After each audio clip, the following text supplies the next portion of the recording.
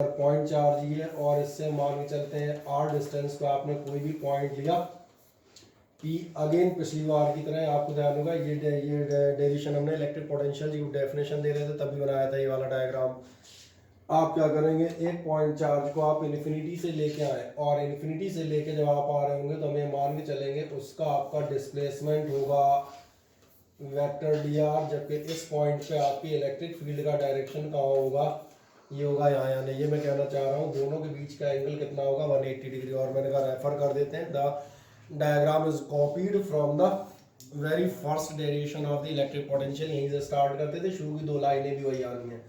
यहाँ मान के चलेंगे आपने कोई टेस्ट चार्ज आप जो है कहाँ से लेके आ रहे हैं, तो चलो मैं मान लेता हूँ ये क्यू नॉट आप कहाँ से लेके चले आ रहे हैं इन्फिनिटी से, सही है। तो एक छोटा सा फिगर बनाए, फिर एक लाइन लिखते हैं मजे से, बना दे फुर्ती से फिगर।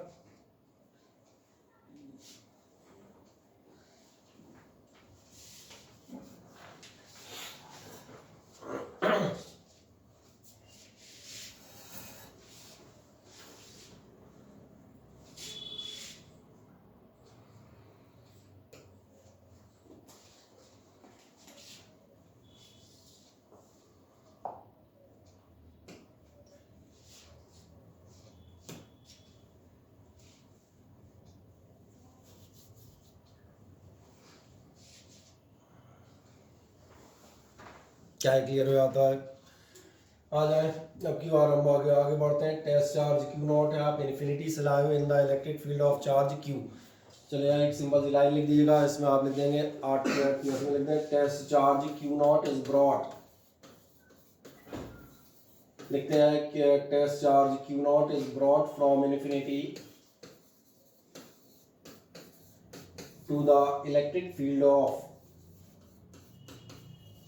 और किसकी इलेक्ट्रिक फील्ड में ला रहे हैं वो भी आपको दिख रहा है, इलेक्ट्रिक फील्ड ऑफ क्यू। आप इस चार्ज क्यू की इलेक्ट्रिक फील्ड में ला रहे हैं, क्या क्लियर हो जाता है? तो फिर then work done for a small displacement, अगर हम एक छोटा सा डिस्प्लेसमेंट आपका चूज करें और वो आपको नजर आ रहा हो तो मैंने लिया हुआ है d r, then work done for a small displacement d r. अगर डी आर लोगे तो आपका कितना आना चाहिए, डी डब्ल्यू इज इक्वल्स टू आना चाहिए vector f dot vector D R. ये डेफिनेशन आपको हमेशा से क्लियर है। जब डी डब्ल्यू is equals to vector f dot vector D r लोगे तो एक सेकंड आप अपने फिगर पे निगाह डालो, और ये काम आप पहले भी कर चुके हैं। क्या दिख रहा है, आपकी इलेक्ट्रिक फील्ड और आपके वेक्टर डी आर दोनों अपोजिट डायरेक्शन में है। इसका मतलब यहाँ पर आपको क्या मिलेगा, आपको मिल जाएगा एफ डी आर कॉस 180, यानी सिंपली आप कह सकते हैं डी डब्ल्यू इज इक्वल्स टू होगा माइनस एफ डी आर। आ जाए यहाँ तक फुर्ती से, फिर जैसा दिखा दें q not is brought from infinity to the electric field of q, then the work done for a small displacement, small displacement का आपको वर्क डन मिलेगा dw is equals to vector f dot vector dr, और ये आपके हो जाएगा fdr cos 180, और fdr cos 180 का मतलब ये हो गया कुल मिला के dw is equals to minus fdr। क्या ये क्लियर हो जाते हैं? माइनस fdr जैसे ही इतना आया वैसे ही छोटा सा काम करें कि आपको ध्यान है इलेक्ट्रिक फील्ड में किसी भी चार्ज पे लगने वाला फोर्स होता है F is equals to Q not E. दो जगह याद दिला देता हूँ, नंबर 1 इलेक्ट्रिक फील्ड की डेफिनेशन ये थी फोर्स पर यूनिट चार्ज, और दूसरा याद दिला देता हूँ जो आप वो पढ़ रहे थे इलेक्ट्रिक डाइपोल, याद आता है इलेक्ट्रिक डाइपोल के दोनों सिरों पे आप कितना फोर्स लगाते थे क्यू ई। मैंने कहा कहीं से भी याद आ जाए, और इसके न्यूमेरिकल भी आप हम 2-4 कर चुके हैं। अगर आप वैल्यू रख देंगे तो अगली बार आप क्या कह देंगे, डी डब्ल्यू इज इक्वल्स टू आएगा माइनस क्यू नॉट ई, और डॉट में आपका हो गया डी आर। एक सिंबल का काम और कर लेता हूं, बस उसको देखें। इसका मतलब आप कह देंगे d W upon Q not is equals to होगा माइनस ई डी आर। और अब मैं आपसे जानना चाहूंगा कि मैंने d W upon Q not क्यों लिया है, कोई मुझे बताएगा? ये पोटेंशियल की डेफिनेशन ही है, work done per unit charge. बस तो एक सिंपल सी लाइन खिसक जाए, लगभग हम निकालने पे आ गए। चलो इधर निकालेंगे मजे से, ठीक है। यहाँ पर अपने पास खाली जगह मौजूद है। ये आपका हो जाएगा डी डब्ल्यू is equals to minus q not e dot d r, यानी कि d W upon Q not is equals to minus E D R. और अगर आपने ऐसा रख दिया तो इसका मतलब हम उस रिलेशन में पहुंच जाएंगे जो आप दिखाना चाह रहे थे। और कौन सा रिलेशन, यानी कि हम कह सकते हैं D V is equals to कितना होगा, माइनस ई डी आर। चाहें तो आप इसको रिलेशन मान सकते हैं। बाकी मैं इसके लिए एक दो चीजें और डिस्कस करूंगा, छोटी छोटी सी।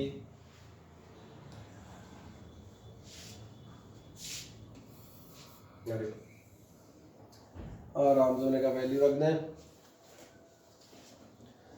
D W upon Q naught की D V in differentiation form अगर आप जाओगे तो इसलिए हम एक इसको अच्छे फॉर्म में निकालते हैं। आप कह देंगे और E इज इक्वल्स टू, ध्यान देखना कितना आएगा, E इज इक्वल्स टू हो जाएगा minus D V upon D are. और जैसे ही आप ऐसा लिखते हैं, मैं एक चीज़ याद दिलाऊंगा मैथ्स और बायो दोनों को, क्या आपको ऐसा याद आता है पिछले सालों में हम जैसे 11th में फिजिक्स में ग्राफ्स में स्लोप या ग्रेडियंट पढ़ते आए, और मैथमेटिक्स वालों ने दो स्ट्रेट लाइन y बराबर एम एक्स सी प्लस के लिए ग्रेडियंट या स्लोप वैसे ही पढ़ा होगा, y2 minus upon x2 minus x1, या डिफरेंशिएशन की डेफिनेशन ही पढ़ी होगी कि स्लोप ऑफ द टेंजेंट, ये आपके किस नाम से रहता है, डिफरेंशियल कोएफिशिएंट के नाम से। तो चाहे जहाँ से, चाहे हमने कहा फिजिक्स उठाएं, चाहे मैथ्स उठाएं, चाहे डिफरेंशिएशन उठाएं, जो आपकी इच्छा हो। मेरे कहने का मतलब ये है कि आपको ये याद आ जाए कि D Y upon D X कहीं ना कहीं अपने लिए स्लोप या ग्रेडियंट कहलाती है टेन थीटा। और अगर ऐसा करते हो तो देखो ध्यान से, आपको मिलेगा electric field is the negative gradient of, दिख रहा है negative gradient of electric potential. तो नीचे से एक लाइन लिख दें खास तौर पे, नीचे आप लिखिएगा 10 intensity of electric field is the negative gradient, thus intensity of electric field is the negative gradient of electric potential, intensity of electric field is the negative gradient of electric potential। अब एक छोटा सा सवाल और बनेगा, क्या ऐसा दिख रहा है यहाँ आपका आ रहा है माइनस, ये होता है rate of change, negative rate of change. आपको ये भी याद था, मैं एक्सेलरेशन याद दिला देता हूँ। हमारे पास दो रेट ऑफ चेंज होते हैं, either the positive rate of change और the negative rate of change. इसलिए मैंने एक्सेलरेशन इसलिए याद दिलाया, जल्दी याद आता है। पॉजिटिव एक्सेलरेशन का मतलब था rate of change of velocity बढ़ेगा, या नेगेटिव का मतलब था वेलोसिटी आपकी कम होगी। तो क्या आपको नजर आ रहा है, अगर इलेक्ट्रिक फील्ड आपकी नेगेटिव रेट ऑफ चेंज है, मतलब इलेक्ट्रिक फील्ड का डायरेक्शन किधर होगा, जिधर आपका पोटेंशियल कम होता जाएगा या डिक्रीज होता जाएगा। नीचे एक लाइन और बढ़ा दो, नेगेटिव साइन इंडिकेट्स, नीचे एक लाइन बढ़ाइएगा, negative sign indicates that, negative sign indicates that the electric field is in the direction of, indicates that the direction, yeah, electric field is in the direction of decreasing potential, is in the direction of decreasing potential। अब इस line को मैंने कहा physics है, और physics में बहुत मार बात है, कंसेप्ट बहुत छोटे छोटे आते हैं और सब एक दूसरे के सपोर्टिव होते हैं। जब भी आदमी कहता है मुझे समझ में नहीं आ रहा, तो मैं कहता हूँ तुम्हें इसके पिछले का कुछ ना कुछ भूल गए हो, इसलिए तुम लिंक नहीं कर पा रहे। जैसे मैंने ग्रेडियंट याद दिलाया लास्ट ईयर से, मैं एक छोटी चीज़ याद दिलाता हूँ, electric field is in the direction of decreasing potential. इसका मतलब ये मान के चले आपकी इलेक्ट्रिक फील्ड का डायरेक्शन ये है, तो इलेक्ट्रिक फील्ड का डायरेक्शन कहाँ होगा, in the direction of decreasing potential. यानी अगर हम यहाँ का पोटेंशियल माने वी ए है और यहाँ का पोटेंशियल वी बी है, तो आपकी इलेक्ट्रिक फील्ड कहाँ जा रही होगी, हायर टू लोअर पोटेंशियल, जहाँ आपका पोटेंशियल कम हो रहा है। सिंपल लिख देता हूँ, यहाँ का पोटेंशियल आपका ज़्यादा होगा और यहाँ का पोटेंशियल कम होगा। अब आप कहेंगे इससे हमें क्या, मैं कहूँगा ये तो मैं आपको पढ़ा चुका, कोई बताएगा ये मैंने कब पढ़ा हमारा?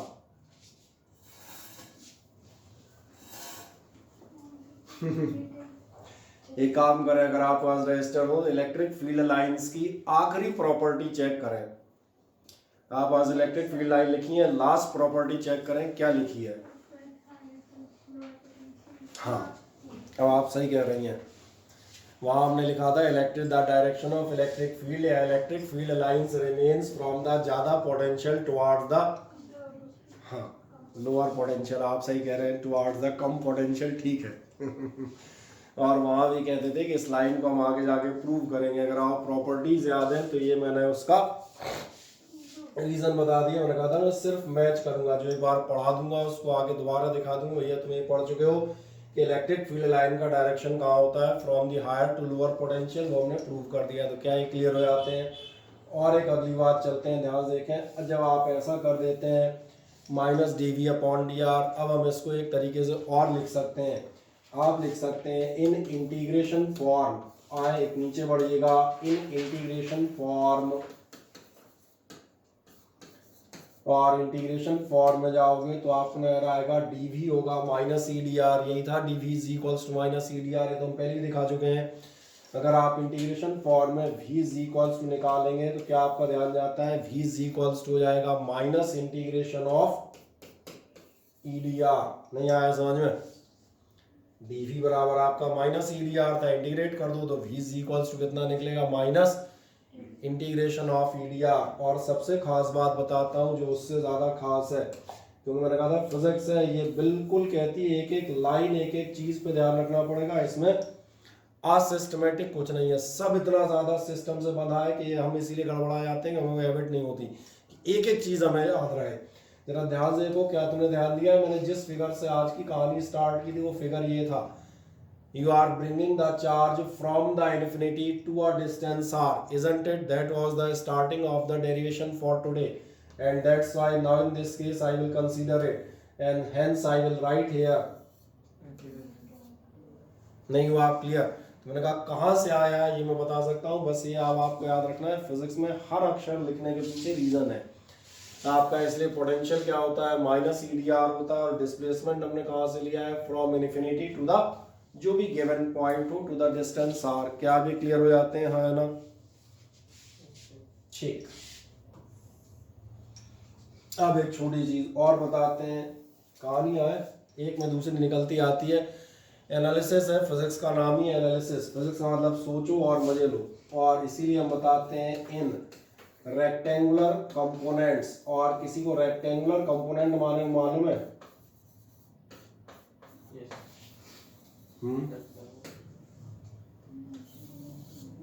किसी आदमी को याद है रेक्टेंगुलर कंपोनेंट क्या होते हैं?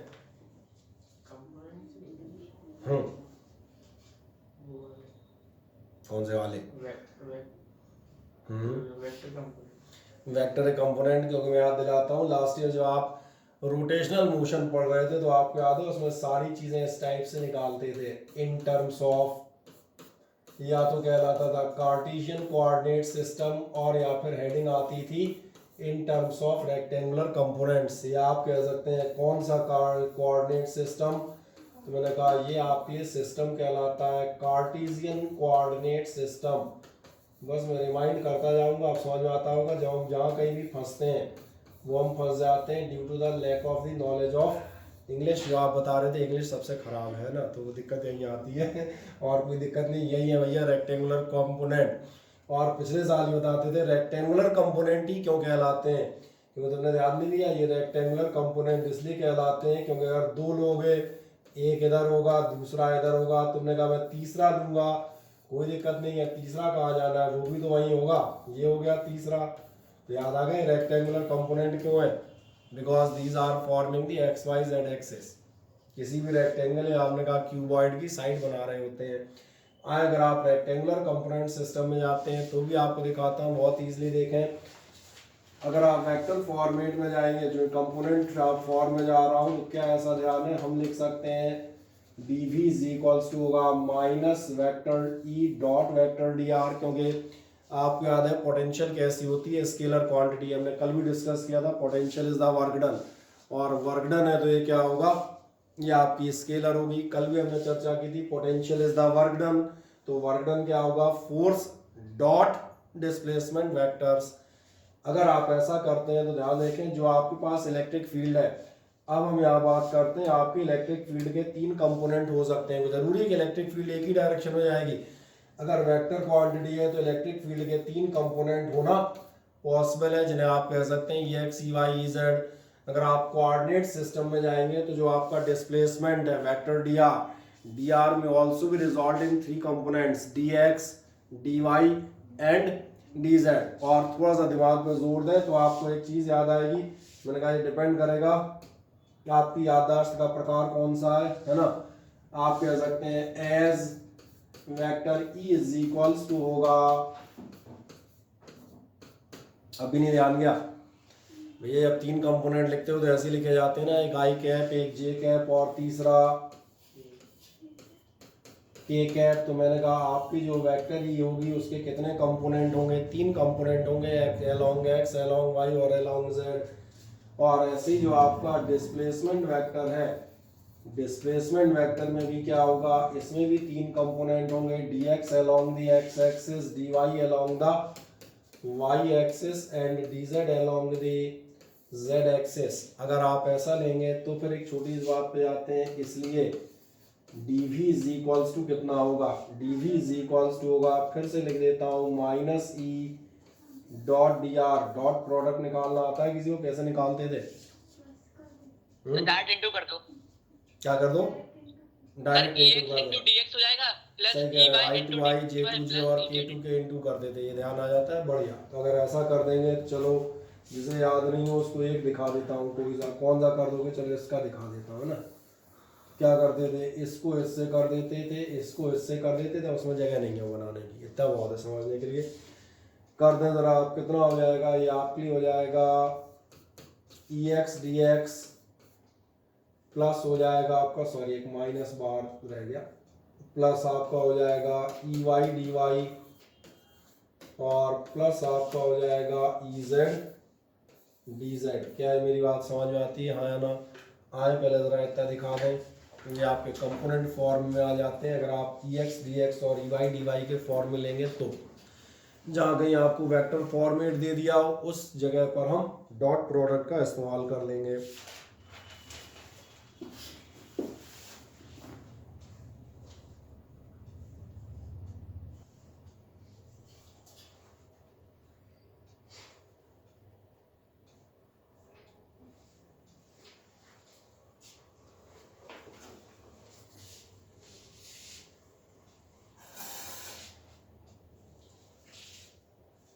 ठीक, मजे से इसको आप सॉल्व कर दें 1 सेकंड में।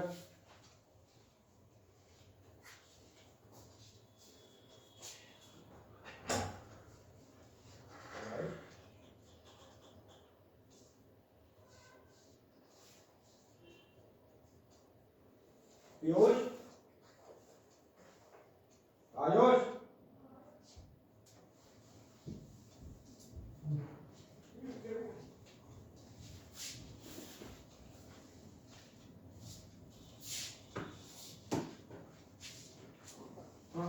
नाम नोट कर दे सारे पार्टिसिपेंट्स के बाद। चल, क्या आपने इतना फॉर्मेट कर दिया, हाँ ना? बताएं क्या कंपोनेंट फॉर्म समझ में आ जाते हैं? और बताता हूँ, ये आप ध्यान देखना, जब आप इसको देखोगे तो ये एक छोटा माइनस लगा है, ठीक है, उसको आप थोड़ा लंबा कर लेना, क्योंकि मुझे फिर जगह बनाने के लिए मिटाना पड़ेगा। जब आप जाएंगे, अगर आपको ध्यान जाए, अगर किसी केस में आता है एक्स वाई और जेड एक्सिस को दिख रहा होगा, ये आपको शो करेगा पोटेंशियल अलोंग एक्स, ये शो करेगा अलोंग वाई और ये पार्ट शो करेगा अलोंग दी जेड। तो क्या है, तीनों समझ में आ जाते हैं, हाँ ना? बढ़िया। एक आपको सिंपल चीज़ मिल जाती है और ये आपको मिल जाएगी relation between the field and potential. अब हम एक और छोटे सी डेफिनेशन में जाएंगे, बहुत सिंपल सी, और ये है पोटेंशियल डिफरेंस। नेक्स्ट हेडिंग आप इसके बाद डालेंगे और छोटी छोटी डेफिनेशन है आज के लिए तो आपके पास केवल। और अगला नंबर मैंने कहा, इसके बाद आप किस पे जाएं, इसके बाद आप बढ़े पोटेंशियल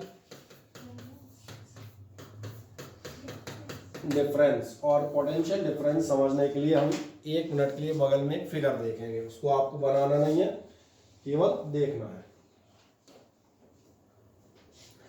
क्या आपको ध्यान है, मैं माने चलता हूँ आपके पास ये 2 पॉइंट्स हैं किसी भी इलेक्ट्रिक फील्ड में, मैंने मान लिया ये ए और बी।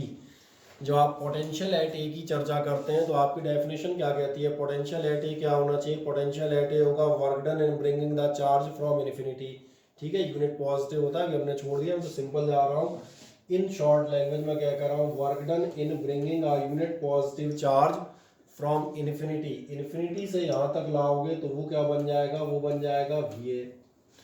और ऐसे ही अगर आप work done in bringing the unit positive charge from infinity to the B देखेंगे, ये क्या बन जाएगा? ये आपका बन जाएगा वी बी। क्या आपका ऐसा ध्यान जाता है कि इन दोनों के बीच का डिफरेंस काय के बराबर होगा? देखो जरा ध्यान से, आपको अपने आप नजर आएगा इन दोनों का डिफरेंस ये है। ये यूनिट पॉजिटिव चार्ज का वर्क टिल ए है, ये यूनिट पॉजिटिव चार्ज का वर्क टिल बी है। तो एक सवाल आता है बीच का डिफरेंस काय के बराबर है? तो बीच का डिफरेंस ये है, नहीं दिखा आप भी, यानी कितना वर्क जो बी से ए तक किया गया होगा। तो यही आपके पोटेंशियल डिफरेंस की डेफिनेशन बन जाती है। इसीलिए एक सिंपल सी डेफिनेशन आपसे क्या कहती है कि V A B is equals to होता है, वी ए बी का मतलब ही है the difference of the potentials, और एक्चुअली ये काय के इक्वल होगा, ये होगा, ध्यान देखना, work done in moving a unit positive charge, जो हम पहले ले रहे थे। लेकिन कहाँ से कहाँ तक लेंगे? अब आप इन्फिनिटी से नहीं लेंगे, आप लेंगे फ्रॉम बी टू ए या ए टू बी, जैसा डायरेक्शन होगा उसके अकॉर्डिंग। क्या है, मेरी बात क्लियर हो जाती है? तो एक छोटी सी आप डेफिनेशन डाल दें, पोटेंशियल डिफरेंस, 2 लाइनें इसमें लिख देते हैं। इसमें आप बताइएगा it is the difference of potentials. Potential difference में आप बता देंगे it is the difference of potentials, difference of potentials of 2 points A and B.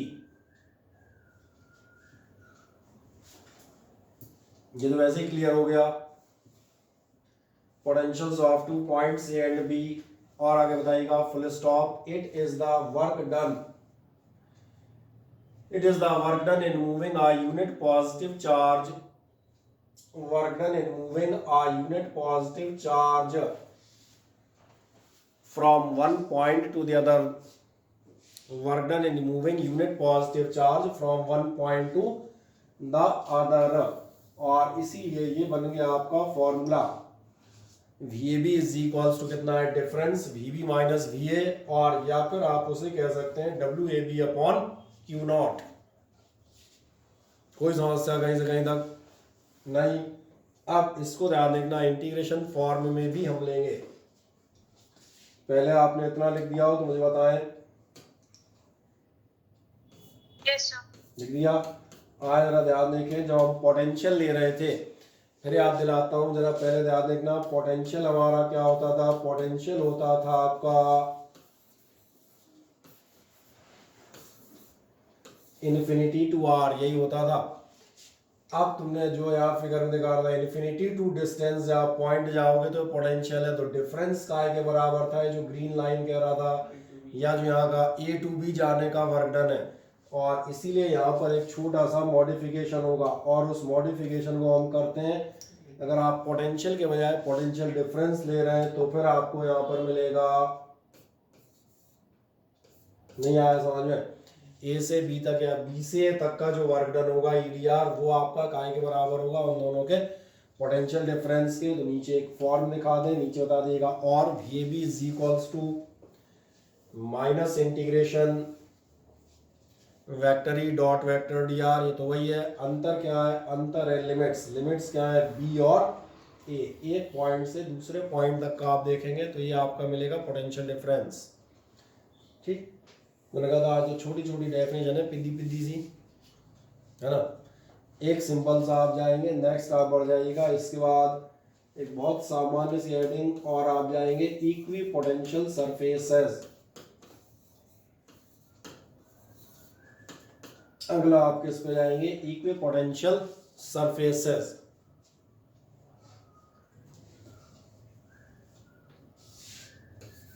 अब कोई आदमी मुझे इक्वी पोटेंशियल सरफेसेस का मोटा आइडिया बताओ, किसे कहोगे? क्या हो सकती है इक्वी पोटेंशियल सरफेस? होती है नहीं पूछ रहा, हो सकती है पर हूँ। सर पोटेंशियल इक्वल हो या कांस्टेंट हो। सही कह रहे हैं, ऐसी सरफेस जिस पर आपका पोटेंशियल कैसा हो? बस वही इक्विपोटेंशियल सरफेस कहलाती है। वही हमने कहा वर्ड में उसकी हिंदी अनुवाद छुपा हुआ है, the surface having equal potential at all of its points. ये किस नाम से आने आएगी? ये कहलाएगी आपके लिए इक्विपोटेंशियल सरफेस। किस टाइप की हो सकती है ये मैं पहले आपको दिखा देता हूँ, पहले ध्यान से देखें। मान चले मैं सपोज करता हूँ मेरे पास कोई पॉइंट चार्ज है। क्या आपको ध्यान है? पॉइंट चार्ज की वजह से जो पोटेंशियल होता है वो होता है 1/4πε0 QIR। यानी किसी भी पॉइंट पे जो पोटेंशियल है वो सिंपली डिपेंड करता है over the value of are.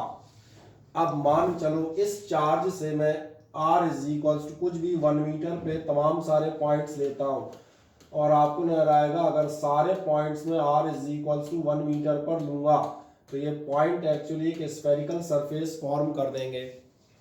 क्या आपका ध्यान जा रहा है? जितना पोटेंशियल इस पॉइंट पर होगा 1/4πε0 Q, it is the constant for given charge.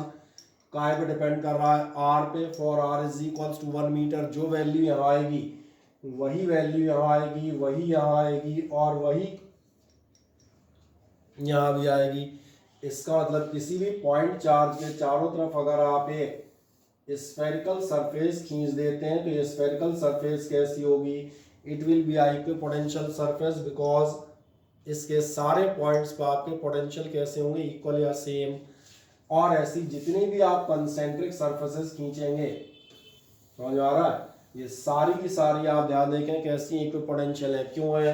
क्योंकि आर बराबर 1 मीटर था, ये 2 है, ये 3 है, तो 3 मीटर वाले सारे पॉइंट्स पर आपका पोटेंशियल कैसा होगा? सेम। फॉर एग्जाम्पल मान के अगर हम चलो यहाँ पर बात करें, यहाँ आपका ये ए हो और ये पॉइंट मैंने मान लिया बी हो, तो आपको ये समझ में आता है कि आपका वी इज इक्वल्स टू कितना होगा?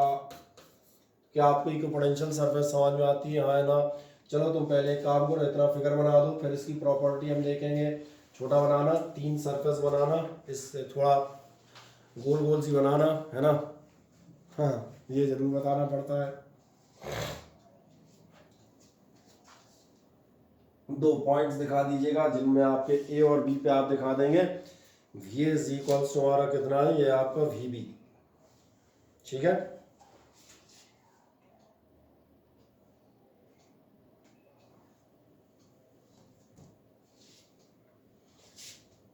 और जब तक आप ऐसा कर रहे होंगे तब तक हम चलो पहले तुम बना लो मजे से, फिर अगली चीज की बात करेंगे।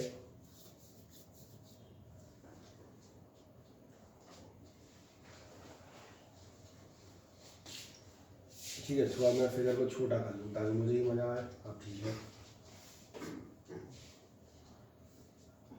अगली चीज याद दिला देता हूँ। इसकी इलेक्ट्रिक फील्ड लाइंस कैसी होंगी? तो आपको याद है इलेक्ट्रिक फील्ड लाइंस आपकी कैसी होंगी? रेडियल। 3-4 बना दे बस, इतनी बहुत है ना, ज़्यादा क्या करेंगे बना दे, कुछ भी जहाँ जगह मिल जाए।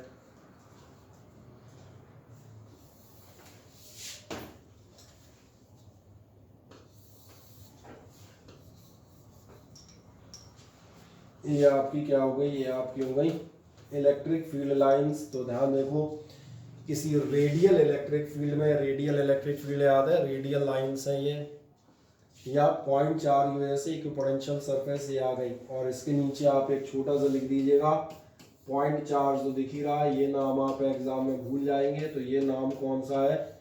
ये रेडियल इलेक्ट्रिक फील्ड। 2-4 लाइनें दिखा दें अपने हिसाब से, जहां जहां आपकी इच्छा हो मजे से। ठीक है,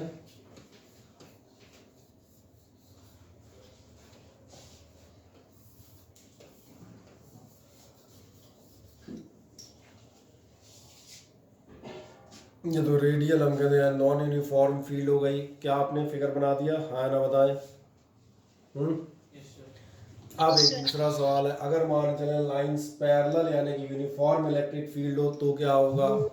तो मैं याद दिलाता हूँ, यूनिफॉर्म इलेक्ट्रिक फील्ड में आपकी इलेक्ट्रिक फील्ड होती है, सॉरी पोटेंशियल होता है EDR। यूनिफॉर्म फील्ड में E तो कांस्टेंट है, तो V काय पे डिपेंड करेगा? DR पे।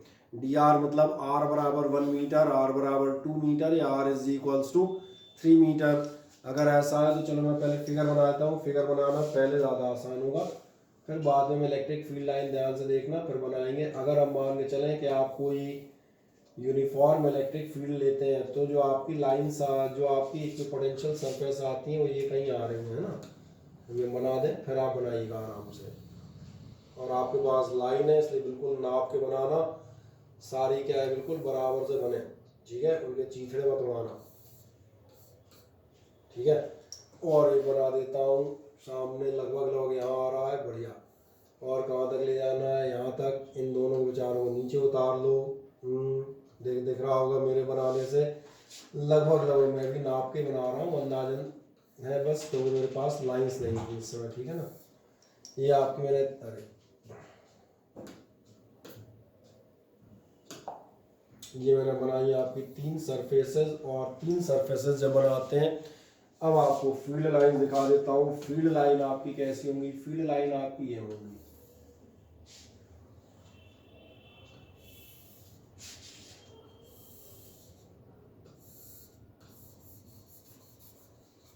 ग्रीन कलर नजर आ रही है कि कोई और लगाऊं? अरे इन चारों को आ रही नहीं, इनका तो पूछ रहे बाल को नजर आ रही है। नहीं तो वाइट कर देता हूँ, कोई दिक्कत नहीं। ऐसी क्या दिक्कत है सर, दिख रही है? ठीक है, कोई दिक्कत नहीं है।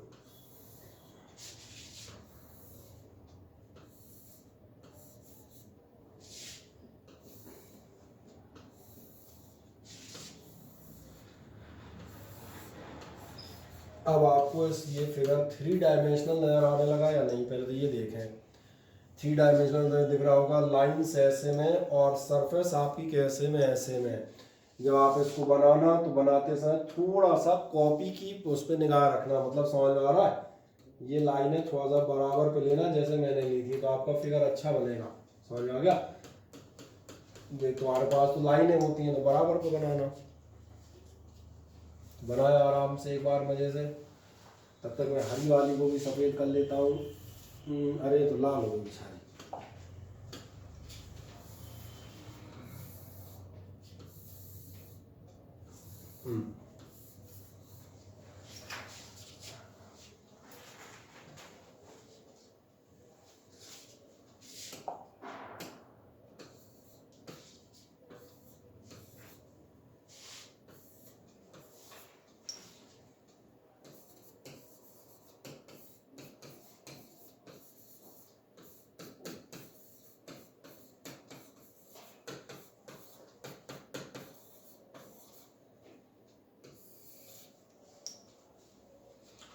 ये आपके लिए हो गया यूनिफॉर्म इलेक्ट्रिक फील्ड।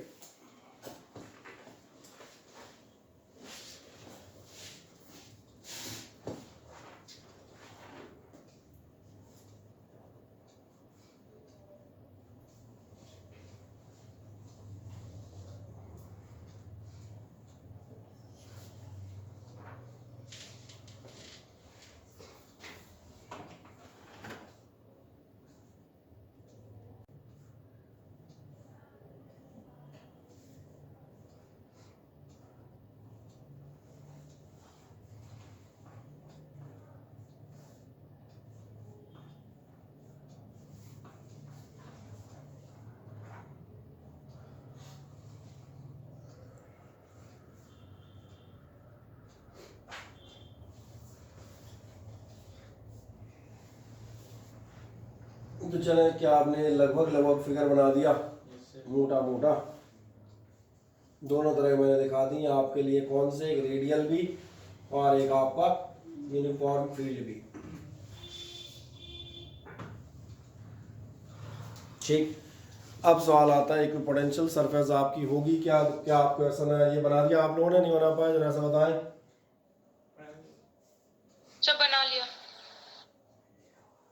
चलो बाकी लोगों ने बना लिया।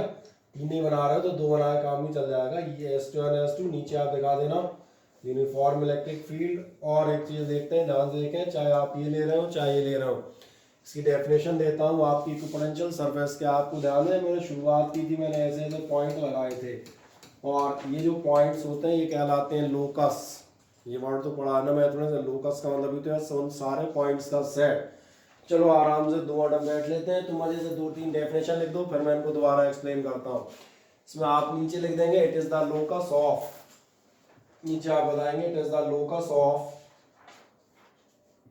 ऑल द पॉइंट्स नहीं दोनों में, वो भी तो लोकस ही है, वो भी तो सारे पॉइंट्स हैं, वो भी तो सेट ऑफ पॉइंट ही हैं।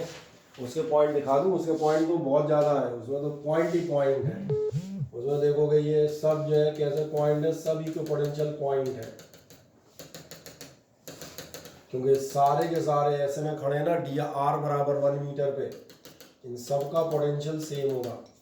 सही, तो इसमें इसलिए दिखाया, इसमें इतनी गंदगी कौन फैलाता, इसलिए वहाँ समझाने के लिए आराम दिखा दिया था। तो क्या आपने दिया, नीचे आप बताएंगे it is the locus of all the points having same potential, locus of all the points having same potential।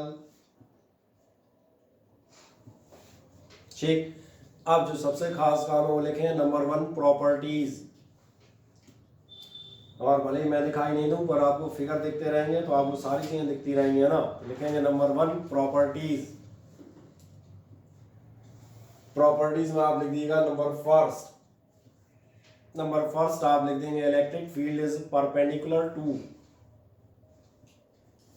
electric field is perpendicular to the equipotential surfaces, electric field is perpendicular to equipotential surfaces।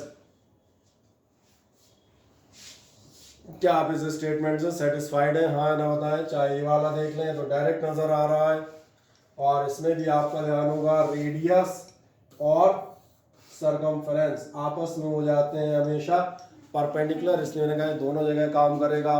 अब एक next property लिखें number second आप लिख दिएगा for uniform electric field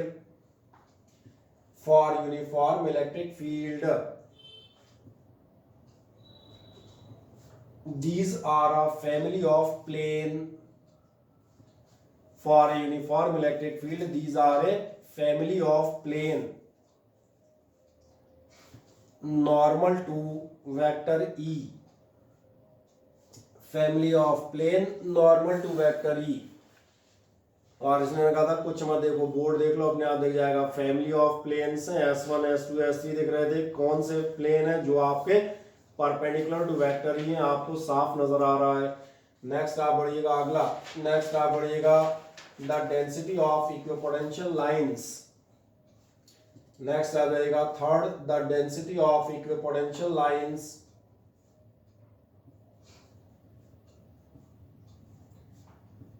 represents the magnitude of electric field, density of equipotential lines gives या represents the magnitude of electric field।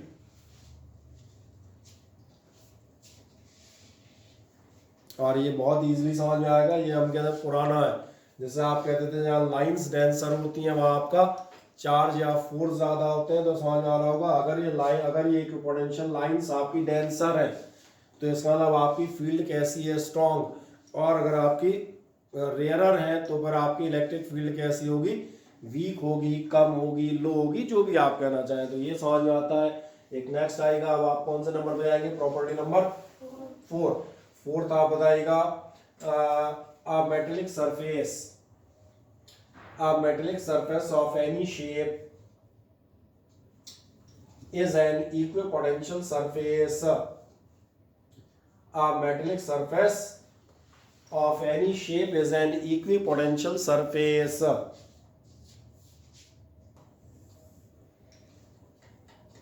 एक metallic surface लेते हैं, मेटेलिक सरफेस ऐसी लेता हूं, ऐसी, चलो ऐसे ले लो ये,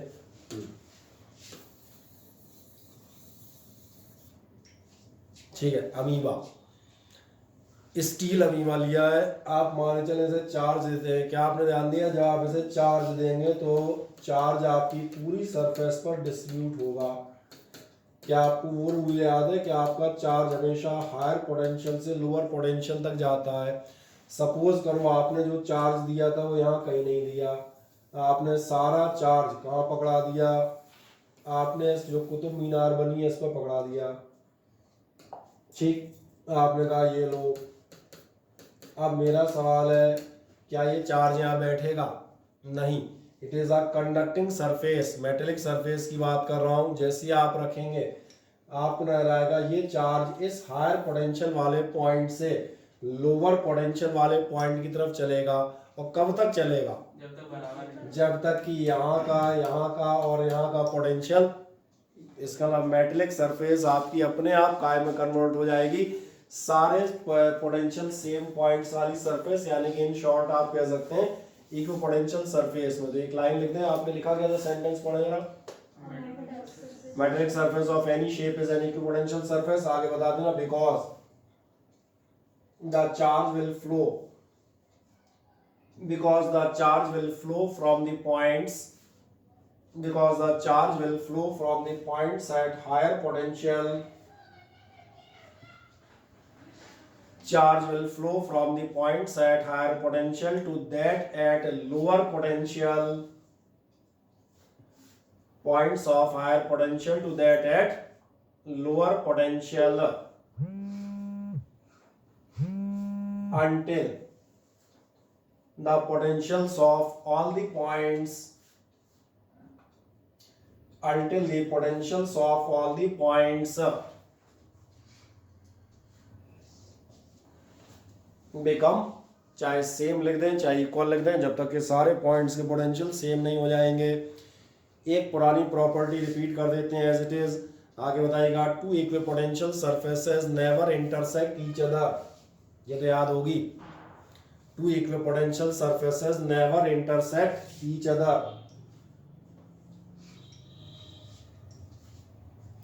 Equipotential surface never intersect each other, कारण वही है जो आप इलेक्ट्रिक फील्ड लाइंस में पढ़ते थे।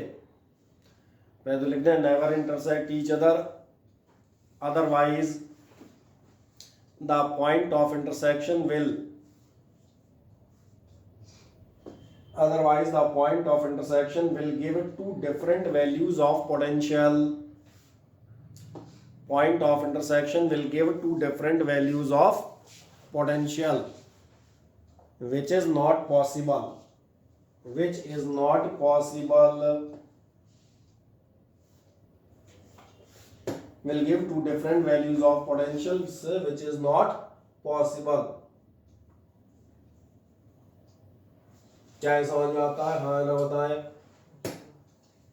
अब एक आध छोटी छोटी चीजें और बता देता हूँ, आपके पेपर में पूछी गई चीजें। दो आपको इलेक्ट्रिक फील्ड बता दिए, रेडियल या पॉइंट चार्ज के लिए और यूनिफॉर्म इलेक्ट्रिक फील्ड के लिए। कभी कभार आपके यहाँ आएगा इलेक्ट्रिक डाइपोल, तो एक नेक्स्ट लिख दीजिएगा, इलेक्ट्रिक डाइपोल और इलेक्ट्रिक डाइपोल और set of equal and opposite charges. हम ये मान के चलते हैं आप पास कोई इलेक्ट्रिक डाइपोल है, और इलेक्ट्रिक डाइपोल कैसा होता है, set of equal and opposite charges होता है। अगर आप इसके लिए जाएंगे तो इसके लिए जो आपकी जो हम कहते हैं कि पोटेंशियल सरफेस होती है, मैं यहाँ बना देता हूँ, ये पॉजिटिव और ये मैंने मान लिया नेगेटिव। जब आप पॉजिटिव नेगेटिव बनाएंगे तो बहुत ध्यान देखें, आपको ध्यान होगा आपकी इलेक्ट्रिक फील्ड लाइंस ये जाएंगी, ऐसे ही थी ना, दो तीन बना देता हूं।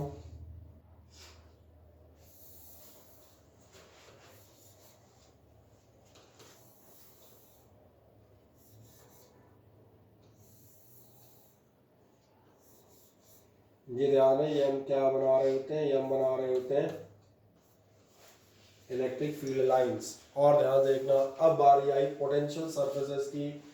इक्विपोटेंशियल सरफेसेस जो इसकी बनेंगी वो ऐसे बनेंगी, कैसे बनेंगी, ऐसे बनेंगी।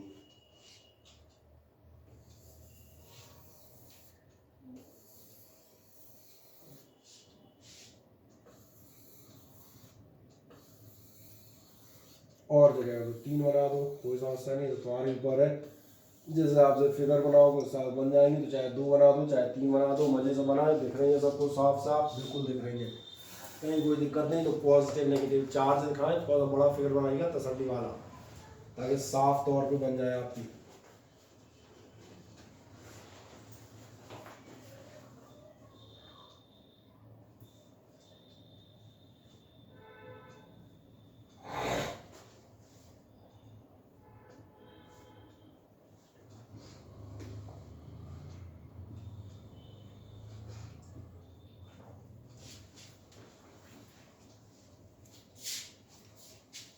दिख गया, एक पॉजिटिव एक नेगेटिव चार्ज। और इनके लिए आप क्या करेंगे, पहले 2-3 आप हम कहते हैं इलेक्ट्रिक फील्ड लाइंस दिखा दें, जो मैंने पीले कलर में दिखाई हैं, मैं उनको फिर से दिखा देता हूँ। यहाँ कहीं ये आपकी क्या है, ये इलेक्ट्रिक फील्ड लाइन है। और इन पे आप दिखा देना किसी पे भी, जैसे आप 2 बना रहे हो तो S1 और S2 दिखा देना, 3 की जगह नहीं हो तो 2 तो बना ही देना कम से कम, एक S1 और एक S2, और 3 बना दो तो S3 कर देना, उसमें क्या है, तुम्हारे ऊपर है।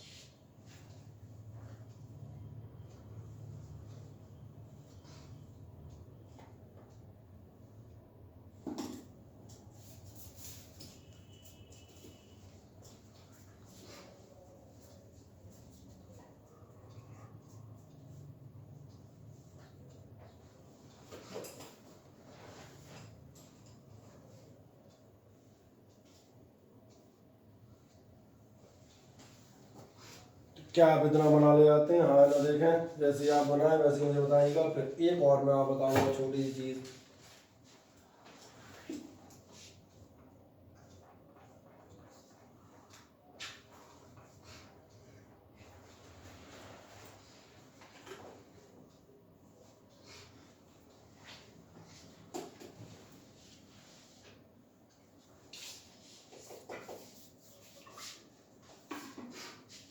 बन गया बाल को, जरा बताओ।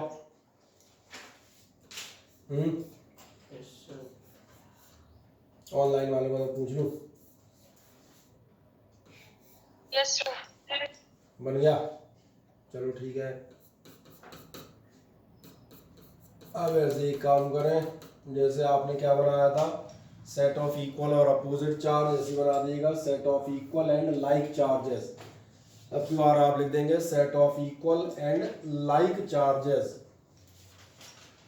और लाइक चार्जेस में चला जाता हूँ, लाइक चार्जेस में और अलग खाली जगह कर लूँ जरा। ये 2 मैंने लाइक चार्जेस ले लिए, ये हो गया पॉजिटिव, ये हो गया ये भी हो गया पॉजिटिव। इनके लिए इलेक्ट्रिक फील्ड लाइंस हम पहले बना चुके हैं, मैं केवल इलेक्ट्रिक वो बना रहा हूँ, इक्विपोटेंशियल सरफेस। इनकी इक्विपोटेंशियल सरफेस की जो सबसे खास बात है उस पर ध्यान से देखो। इनका जो पहला सर्कल आएगा वो तो ठीक ठाक सा आएगा, वो आप देखना लगभग सर्कल ही रहेगा। लेकिन जो आप अगला बनाएंगे उसमें आपको एक छोटा सा चेंज दिखेगा, वो चेंज दिखेगा थोड़ा सा एक दूसरी तरफ खिसक आएंगे, यानी आप देखेंगे हल्का सा शिफ्ट होगा, यानी ये कैसा होने लगेगा, या आप देखेगा ये ऐसा होने लगेगा। दिख रहा है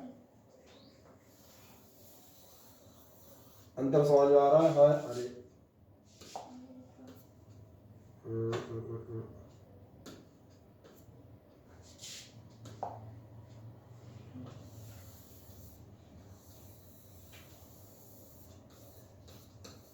क्या अंतर नजर आ रहा है? इधर से कम हो गया, इधर से ज्यादा हो गया। अगला बनाओगे और अगला बनाते ना, देखना अगला बनाएंगे, अगला हो जाएगा आपका, ये एक्चुअली आपको नजर आएगा मिलने लगेंगे। अब क्या होगा, और एक दूसरे पास घुस गए तो मिल जाएंगे, और अगला बनाओगे तो ये ऐसा हो जाएगा।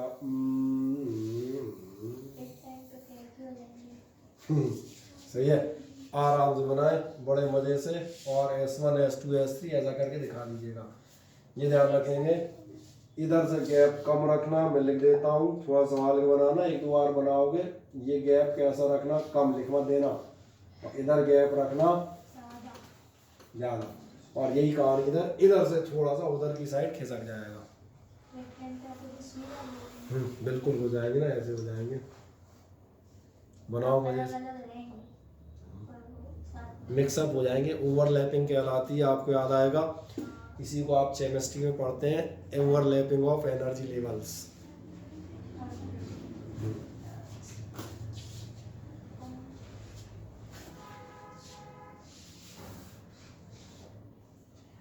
मजे से एक बार में तसल्ली से बना दें, फिर हम और आगे बढ़ेंगे। जितने बनाना चाहो देख लेना, और 1-2 बार बना के प्रैक्टिस कर लेना, क्योंकि ये कैसा क्वेश्चन है जिसके लिए मैं यहाँ लिख देता हूँ, to be asked in board examinations, board exams. अब ठीक है ना? हाँ सर, हाँ बोले। सर मतलब एक और बार बता दीजिए, सेम चार्ज में ऐसी क्यों बनती है? ऐसी इसलिए बन रही है, आपको ध्यान होगा ये हमने ये जब आप डाइपोल वाला कर रहे थे तब आपको पोटेंशियल दिखाया था, ध्यान से देखें, आपने ध्यान नहीं दिया। सेम चार्ज की जो हमने पोटेंशियल का ग्राफ बनाया था उसको मैं याद दिला देता हूँ। सेम चार्ज जब आपने रखे थे तो मैंने कहा था यहाँ पर आपका पोटेंशियल दोनों साइड पॉजिटिव होगा। यहाँ पर इफेक्ट किसका पड़ेगा, डिस्टेंस का। एक्चुअली आप जैसे जैसे आगे बढ़ेंगे वैसे वैसे यहाँ डिस्टेंस ज़्यादा हो रहा है तो पोटेंशियल कम होगा।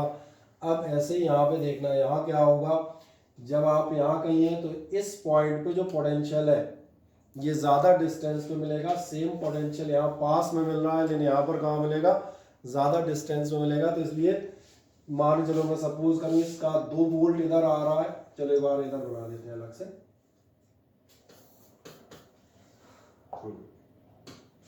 इसका 2 वोल्ट वाला पॉइंट यहाँ पर है, लेकिन यहाँ जो 2 वोल्ट वाला पॉइंट होगा वो कहाँ मिल जाएगा, वो यही मिल जाएगा। कारण क्योंकि ध्यान देखना Q/R होता है। इसका यहाँ पे तुम्हें दिख रहा है पास में 2 वोल्ट है तो दूर पे कितना होगा, 1.5 वोल्ट। ये तो समझ में आ रहा है। लेकिन आप ये भूल गए होंगे कि यहाँ पर जो 1.5 वोल्ट है उसमें इधर वाले चार्ज का भी 0.5 वोल्ट ऐड हो जाता है, इसलिए यहाँ भी टोटल कितना निकल आता है, 2 वोल्ट। मैं फिर से रिपीट कर देता हूँ, बहुत ध्यान से देखना, मैं फिर से दिखाता हूँ।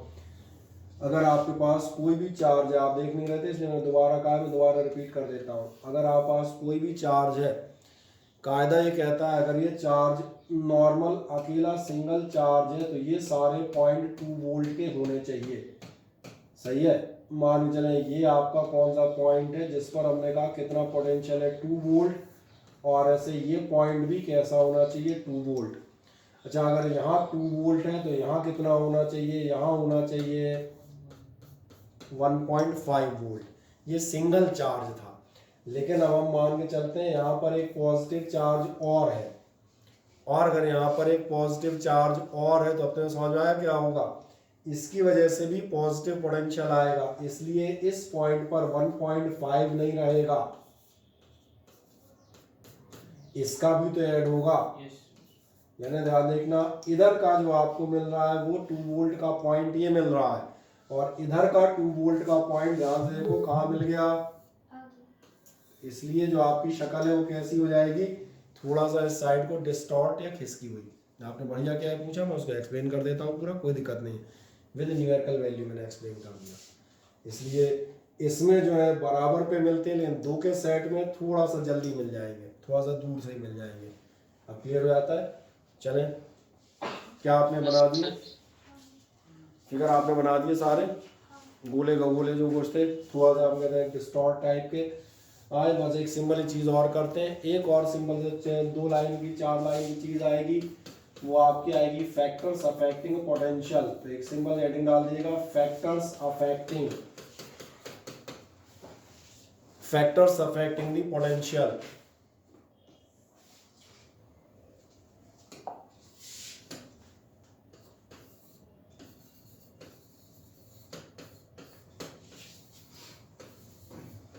और फैक्टर्स अफेक्टिंग दी पोटेंशियल में आप देखेंगे सबसे पहला फैक्टर होगा खुद चार्ज, मैग्नीट्यूड ऑफ चार्ज क्यों होगा, क्योंकि आपको याद है पोटेंशियल होता क्या है, डिग्री ऑफ इलेक्ट्रिफिकेशन। तो भैया जितना ज़्यादा इलेक्ट्रीफाइड करोगे, जितना ज़्यादा चार्ज करोगे, उतने हायर पोटेंशियल होगा। यानी हम सिंपली क्या कह सकते हैं, जो आपका Q और V है ये दोनों कैसे होने चाहिए, प्रोपोर्शनेट। जितना ज़्यादा चार्ज आप डालेंगे उतना ज़्यादा पोटेंशियल होगा, या कहीं जितना ज़्यादा पोटेंशियल है उसी के अकॉर्डिंग ज़्यादा चार्ज होगा। तो फर्स्ट फैक्टर बता दें, फैक्टर्स अफेक्टिंग में मैग्नीट्यूड या अमाउंट जो भी आप लिखना चाहें ऑफ चार्ज, और उसमें आप बता दीजिएगा Q प्रोपोर्शनेट V। क्या ये क्लियर हो जाता है। तो डायरेक्ट सीधा सीधा है, जितना ज़्यादा चार्ज उतना ही ज़्यादा डिग्री ऑफ इलेक्ट्रिफिकेशन या उतना ही ज़्यादा लेवल ऑफ चार्ज। अब दूसरा जाते हैं, ध्यान देखना, दूसरा बहुत इंपॉर्टेंट फैक्टर आता है, और ये फैक्टर है आपके लिए सरफेस एरिया ऑफ कंडक्टर। अब आप पूछेंगे सरफेस एरिया ऑफ कंडक्टर पे कैसे डिपेंड करेगा, इसलिए मैं आपको 2 छोटी बातें याद दिलाता हूँ। मेरे पास 2 बर्तन है, ध्यान से देखना, 2 बर्तनों में एक ये है और एक ये है। मैं दोनों में 2-2 लीटर पानी डालता हूँ, मुझे बताओ दोनों में किसका लेवल हायर होगा और किसका लोअर होगा। ए वाले का लेवल हायर होगा। तो आपने ध्यान नहीं दिया, लेवल ऑफ चार्ज या लेवल ऑफ लिक्विड किस में हायर होगा? जिसका एरिया कम है। तो सिंपली बता देते हैं, सरफेस एरिया ऑफ कंडक्टर में आप एक लाइन बता दीजिएगा, इसमें आप बताइएगा larger the surface area of conductor, ऐसे लिख देते हैं सिंपल भाषा में। सरफेस एरिया ऑफ कंडक्टर में आप बताएंगे larger the surface area of conductor, larger the surface area of conductor lesser will be its potential, surface area of conductor lesser will be its potential। तीसरा बहुत important है, इसकी हमें जरूरत पड़ेगी अभी आप आगे जाके कैपेसिटर्स पढ़ेंगे उसमें। तो और तीसरा बताता हूं वो है presence of another conductor. Next आप चले आइएगा, प्रेजेंस ऑफ अनदर कंडक्टर।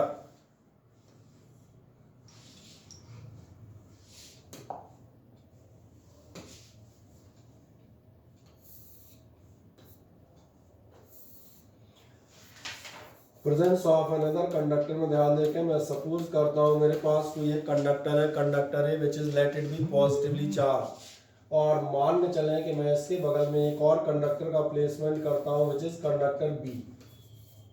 अगर मैं दूसरा कंडक्टर प्लेस किया, आपको याद होगा बिल्कुल फर्स्ट डे जब हम बात करते थे इलेक्ट्रिसिटी स्टार्ट करते समय, उस समय हम कंडक्शन इंडक्शन की चर्चा करते थे। और इंडक्शन का मतलब क्या था कि अगर ये पॉजिटिव है तो ये जो आपके पास दूसरी प्लेट है इसके पॉजिटिव आयंस और इलेक्ट्रॉन्स का रिलेटिव डिस्प्लेसमेंट होगा। इसके जितने फ्री इलेक्ट्रॉन है वो सब आपके स्पेस पर अट्रैक्ट होंगे, और इसके जितने पॉजिटिव आयंस होंगे वो रिपेल होके दूसरे फेस पर चले जाएंगे। आप कहेंगे इससे क्या होगा? मैं भी याद दिलाता हूँ, आपको मालूम है पॉजिटिव चार्ज का पोटेंशियल पॉजिटिव होता है, नेगेटिव का नेगेटिव होता है। इसका मतलब ध्यान देखना, अगर यहाँ कोई पॉइंट होता, अगर ये नहीं लेते तो इस पर केवल पॉजिटिव पोटेंशियल आता, अभी इसको रख दिया तो इसमें पॉजिटिव के साथ नेगेटिव भी आएगा। तो मुझे बताओ पॉजिटिव नेगेटिव का टोटल कम हो जाएगा कि बढ़ जाएगा? मेरी बात समझ आ रही? पॉजिटिव के साथ नेगेटिव का टोटल करोगे तो जो नेट वैल्यू आएगी वो कम हो जाएगी। तो सबसे खास बात है कि अनदर कंडक्टर की प्रेजेंस में आपका कम हो जाता है। तो बना दें एक फिगर।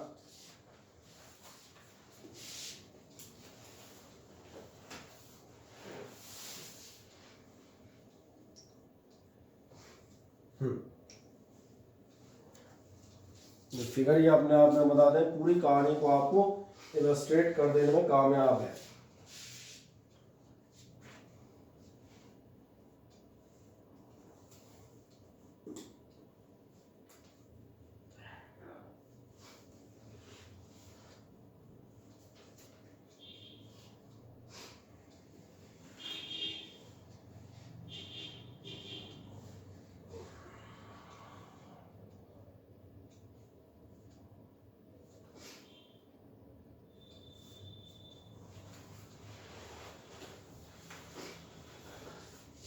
चलो ये रितेश तोमर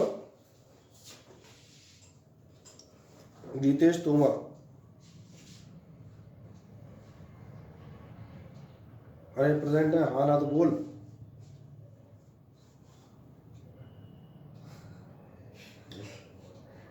लोग शांति पकड़ जाते हैं यार, बोलते ही नहीं। बताओ इधर नजर आ रहा है कि नहीं आ रहा? मुझे नजर आ रहा है।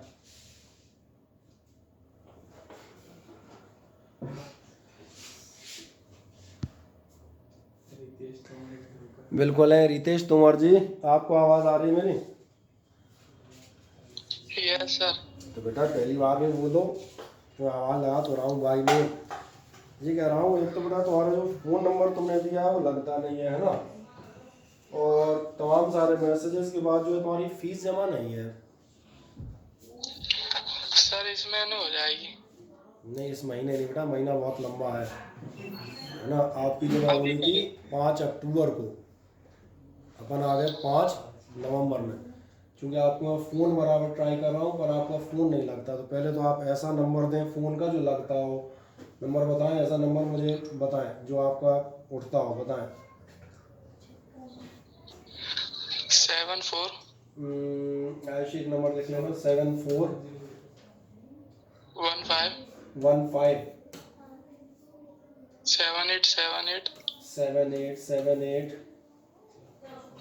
16। ठीक है, ठीक है। ये किसका है? नहीं वो तो मालूम है, मैं उससे पूछ रहा हूँ मतलब पापा जी का है या आपका ही है? मेरा है। ठीक है। और जिससे मीटिंग ज्वाइन करते हो व्हाट्सएप पे जो जुड़ा है वो कौन सा है? वो भी मेरा है। अच्छा, दोनों तो आ रहे हैं, बढ़िया। बेटा अगले टर्न तक हम बताएं, एक आध टर्न आओ खिसका देता हूँ। मेरा ख्याल है आज कितनी तारीख है? 4 तारीख है ना। 6 या 7 तक बेटा फीस जमा कराएं। कब से अक्टूबर में जमा करनी है बेटा? कितनी बार तो हमने प्रयास किया कांटेक्ट करने का, तुम्हारा फोन ही लगता है, पर हमें क्या पढ़ाते से हम भूल जाते हैं, है ना? क्या है?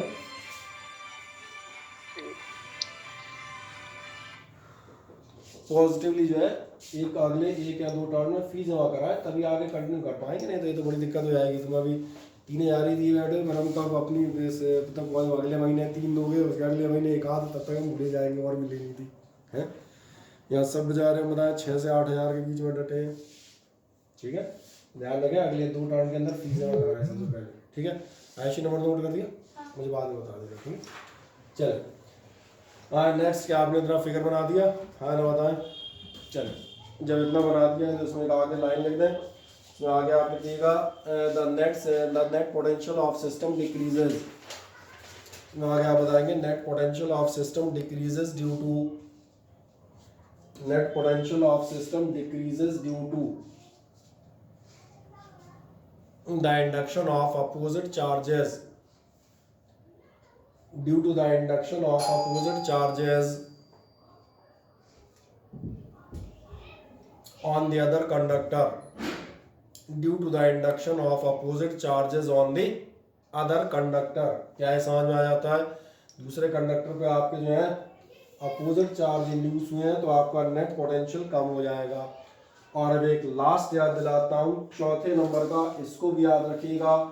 4th नंबर है आपका डाइलेक्ट्रिक मीडियम। तो 4th फैक्टर आप बताएंगे डाइलेक्ट्रिक मीडियम।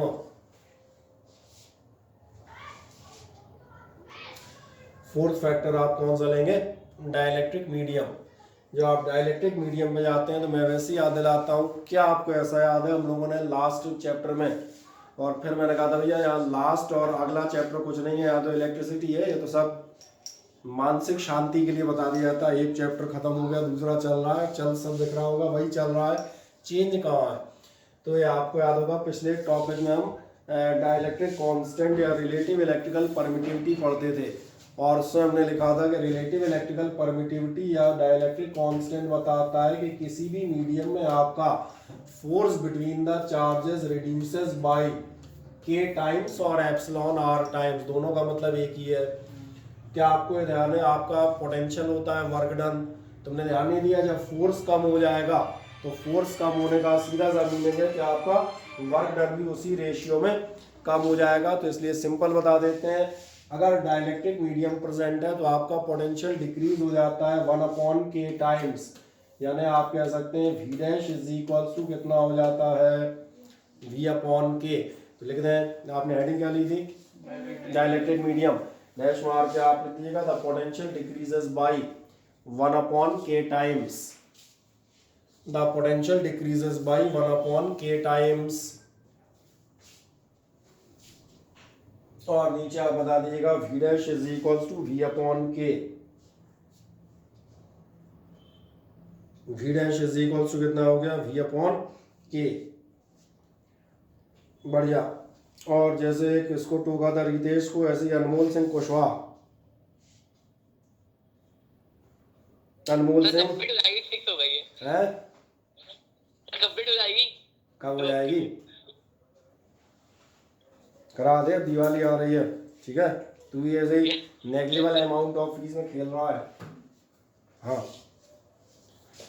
ठीक है, दिवाली से पहले करा दो थोड़ी सी। ठीक है, हो जाएगी। चलें, क्या आप लिख दिया? v dash is equal to v/k। हाँ ना बताएं, बढ़िया। आप ये जो कहानी हम पढ़ लेते हैं, इस कहानी से ध्यान देखना एक और ख़ास बात जन्म लेती है, और वो आती है इलेक्ट्रिकल कैपेसिटेंस। कैपेसिटेंस का फंडामेंटल कहाँ से आता है? ये जो भी हम फैक्टर्स अफेक्टिंग दी पोटेंशियल पढ़ रहे थे, इनमें से जरा देखो ध्यान से, मैं फिर से इस बात को लेता हूँ। आपने कहा था सरफेस एरिया बढ़ाओगे बर्तन का तो आपका लेवल कम ज़्यादा हो जाएगा। आप कह रहे थे हम जितना ज़्यादा पानी इसमें भरेंगे उतने ज़्यादा इसका लेवल हाई हो जाएगा। अच्छा, क्या ध्यान देखना है, इससे एक चीज़ समझ में आती है, आप ये कह रहे हैं कि इस बर्तन में मैं जितना ज़्यादा पानी भरता जाऊंगा उसका लेवल और हाई एंड हाई होता जाएगा। लेकिन क्या तूने ध्यान दिया, each and every container has certain capacitance. ये कहानी आपकी सही है, जिसको मैं चार्ज के टर्म्स में पढ़ रहे हैं मैं उसको पानी के टर्म्स में ले रहा हूँ, समझ तो आ रहा है। आप कह रहे हैं on pouring more and more water, 2 litre 4 litre 6 litre और 10 litre, the level of the water inside the container will increase but it is not to infinitely. ये इनफाइनाइटली नहीं है कि आप कहते हो 5000 लीटर डालेंगे पर 10 लाख लीटर डालेंगे। तो ये कहानी मुझे लगता है आपको समझ में आ रहा होगा, चार्ज के साथ भी ट्रू है। आप ये पढ़ चुके हैं, the potential of a conductor increases on supplying a charge to it but it is not true infinitely. क्या आप सोचें डालते ही जाएंगे 20 लाख वोल्ट 20 लाख कूलम डाल देंगे। तो फिर यहाँ पर एक चीज आती है कैपेसिटेंस, और कैपेसिटेंस का मतलब ही समझ में आ रहा होगा, कैपेसिटेंस डिनोट करती है चार्ज होल्डिंग एबिलिटी। आखिरकार कोई भी कंडक्टर या कोई भी चीज आपकी कितना चार्ज होल्ड कर पाती है। तो एक सिंपल हेडिंग डाल दें, और हेडिंग डाल देंगे आप इलेक्ट्रिकल कैपेसिटेंस। क्या आप डाल देंगे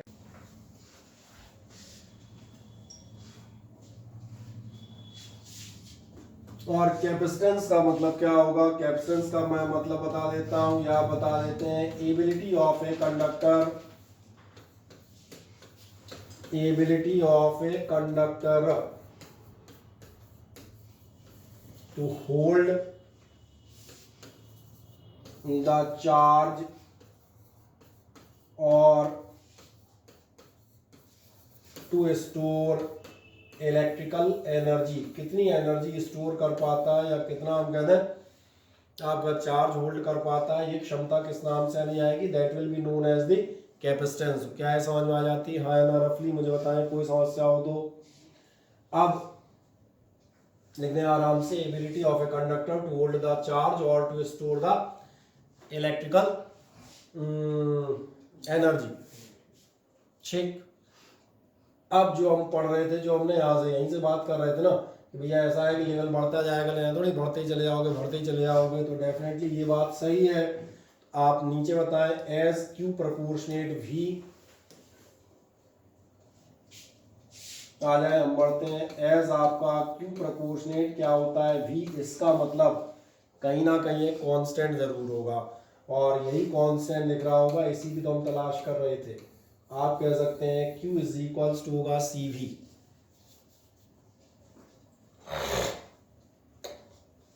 अब इस Q is equals to CV से हम 4-5 चीजें निकालेंगे छोटी छोटी।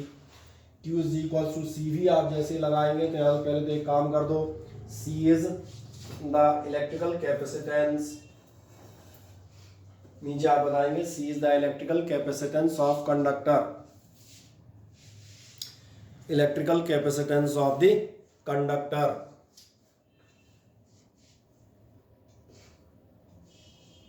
क्या आपको इतना मिल गया? हाँ ना, बताएं।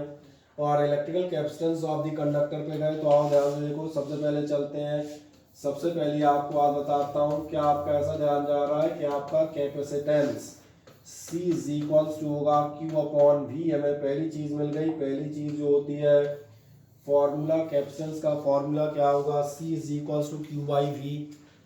अब इससे दो छोटी छोटी बातें और बताता हूँ, अगली आप बताएंगे डेफिनेशन। तो ये हो गई हमारी डेफिनेशन। डेफिनेशन वही पुराना पैटर्न उठाएंगे पिछले साल वाला, ध्यान जाता है कौन सा, देखो इधर हम मान के चलेंगे if V is equals to 1 volt, अगर आप V 1 वोल्ट मान लें तो फिर क्या आपको नजर आ रहा है C इज इक्वल्स टू कितना हो जाएगा, नहीं आया समझ में?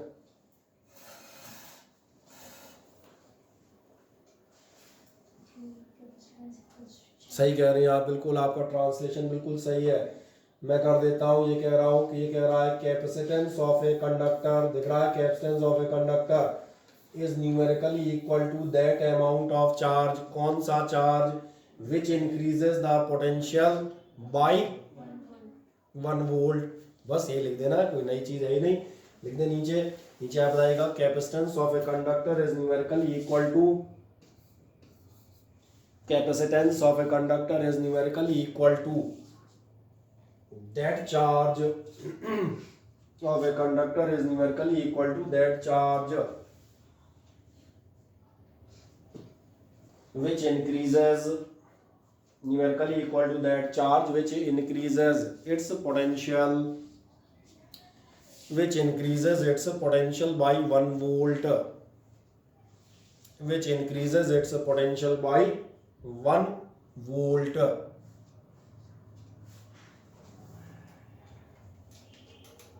कोई समस्या नहीं? बढ़िया।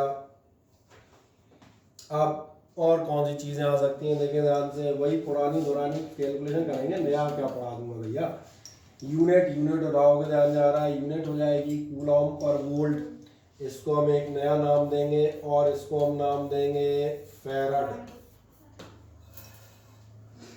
फराड नहीं, हाँ फराड, मतलब मिल गया यूनिट। और क्या करेंगे, अब हम निकालेंगे इसकी डायमेंशंस। आओ देखो डायमेंशंस निकालना दिखाता हूँ।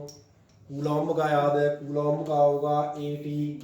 इसका तो याद रखना कम से कम चार्ज का पोटेंशियल, हम भी भूल गए। अब क्या करें हम, बताओ।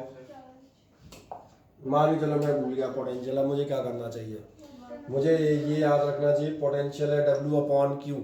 कम से कम वर्क तो याद है, तो मैं रफ में निकालूंगा potential the work done upon 80 upon A और अपॉन T। नहीं दिखा, इसलिए ये इसलिए बताया, कभी आप भूल जाए तो आप आराम से इस तरीके को इस्तेमाल कर सकते हैं। रफ में कितना निकल आया था, ml² T-3 और A-1, यानी कुल मिला के दोनों कैलकुलेट होके कितने हो जाएंगे, ये हो जाएंगे m इनवर्स L-2 T4 और A²। और ध्यान रखना ये तुम नहीं याद कर पाओगे, ये तुम्हारे बस से बाहर है, इसे तुम्हें करना वही पड़ेगा जो हमने किया था।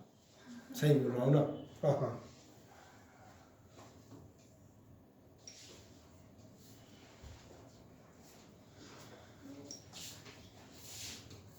और जब आप ये निकाल देंगे तो फिर मैं आपको ये भी बताऊंगा आखिरकार आप 1 फैरड किसे मानेंगे। तभी मैंने कहा था 3-4 छुटपुली डेफिनेशन इससे निकल आएंगी।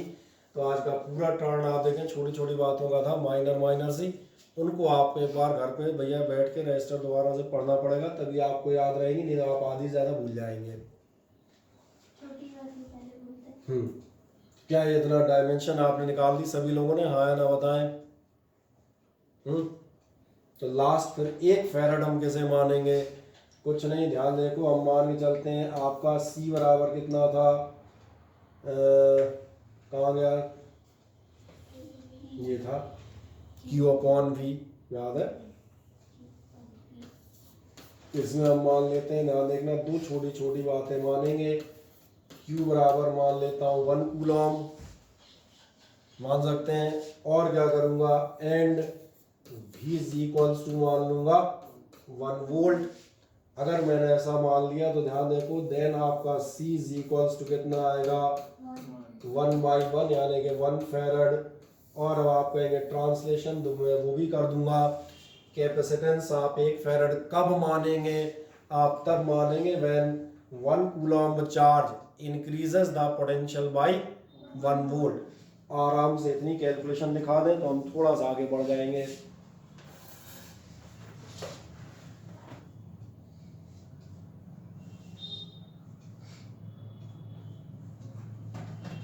मजे से आप 1 फैरड की डेफिनेशन निकाल दें।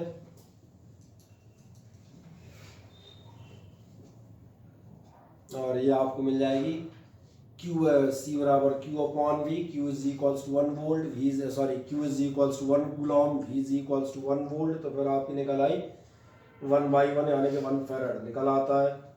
बढ़िया। तो एक छोटा काम कर दें, नीचे आप बताएंगे 10 the capacitance of a conductor is said to be 1 farad। Thus the capacitance of a conductor is said to be 1 farad. Of a conductor is said to be 1 farad if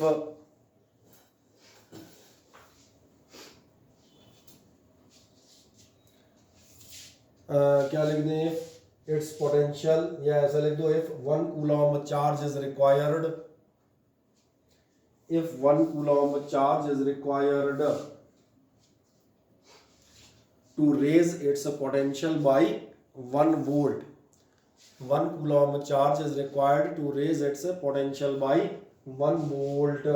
कोई समस्या किसी को कहीं से कहीं तक नहीं? तो एक छोटी चीज और कर देते हैं बस, और एक सिंबल से आप डाल दीजिएगा कैपेसिटेंस, एक सिंबल हेडिंग डालें, फिर मैं इसके बारे में बताता हूँ। और हेडिंग आप डाल देंगे कैपेसिटेंस ऑफ, ये कई बार आपके एग्जाम में आया, ये ध्यान रखिएगा, isolated spherical conductor, capacitance of isolated spherical conductor.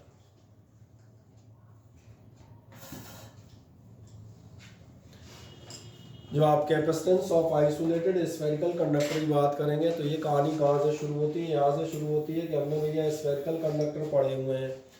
आपको मालूम है अगर आपके पास कोई कैपिटल आर रेडियस का स्फेरिकल कंडक्टर है तो आप उसको चार्ज कर सकते हैं, तो करते जाएं।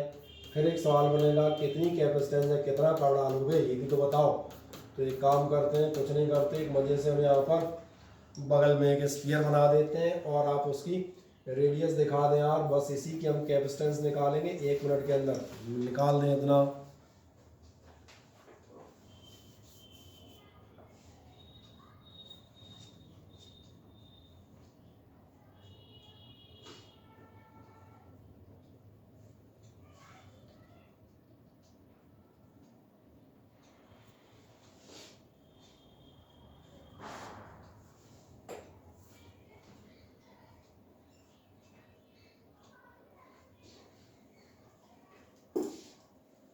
अब एक इंटरेस्टिंग चीज़ है, इसमें कुछ नहीं करना है। एक हमने कल परसों एक वो किया था इंटीग्रेशन, उसी इंटीग्रेशन को हमने निकाला था, 4-5 बार हम रिपीट करेंगे, तो आज भी मैं रिपीट करूँगा। आप एक स्फेरिकल शेल पढ़ चुके हैं, स्फेरिकल शेल में आपने इंटेंसिटी ऑफ इलेक्ट्रिक फील्ड निकाल रखी है, अपने समझ में आ गया होगा। मैंने स्फेरिकल शेल की इलेक्ट्रिक फील्ड क्यों निकलवाई थी, मुझे पता था मैं हटा दूंगा तो भी मुझे यहाँ लेनी पड़ेगी ना। एक काम करते हैं, नीचे आप बताइएगा electric field due to a spherical conductor, लिख दें electric field due to a spherical conductor. और अगर आपको ये याद है तो बहुत अच्छी बात है, स्फेरिकल कंडक्टर की वजह से आपकी इलेक्ट्रिक फील्ड होती है इतनी, और आप चेक कर सकते हैं 1-2 टर्म पहले हमने इसको डिराइव किया है। लिख दें आराम से, electric field due to a spherical conductor कितनी आती है, E इज इक्वल्स टू 1/4πε0 जब ये आ जाती है तो ध्यान देखना। अब हम देखेंगे इस पर पोटेंशियल कितना होगा, ये करना पड़ेगा। अब आप आएंगे 10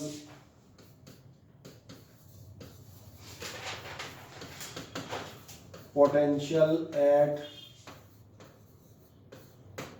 द सरफेस। अगर आप पोटेंशियल निकालेंगे, क्या आपको आज का ये रिलेशन याद है? पोटेंशियल होता था EDR इन्फिनिटी टू R। अब ध्यान रखना छोटा r मत लेना, क्योंकि अपन कहाँ तक आएंगे, अपन सरफेस तक आएंगे, और सरफेस की रेडियस हमने कितनी मान रखी है, बड़ा r। ठीक है, बड़ा मतलब साइज में बड़ा नहीं, शक्ल में बड़ा, है ना। कुछ अकल में बड़े होते हैं, कुछ शक्ल में। आए, यही डेफिनेशन दी आपकी, पोटेंशियल कितना होना चाहिए, V माइनस EDR, और डॉट मैंने कहा सॉरी लिमिट्स आपने क्या ली, इन्फिनिटी टू R। कोई समस्या तो नहीं, ये आज की कहानी है।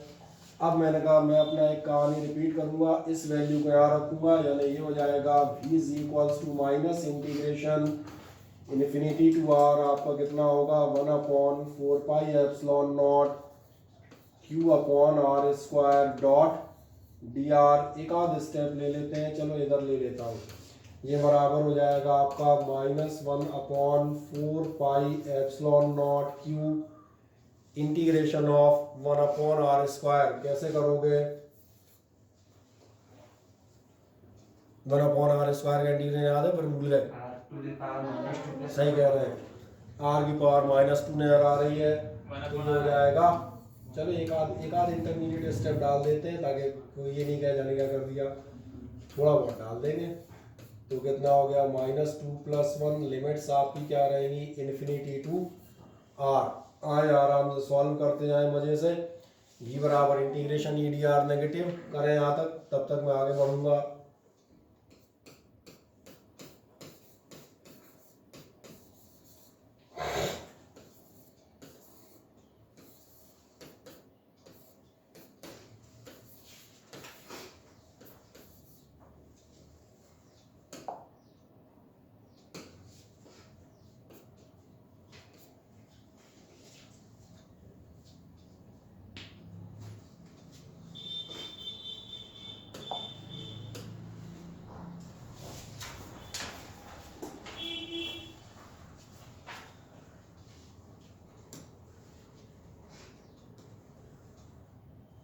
कोई समस्या है आता को तो मुझे बताएं, किसी को भी।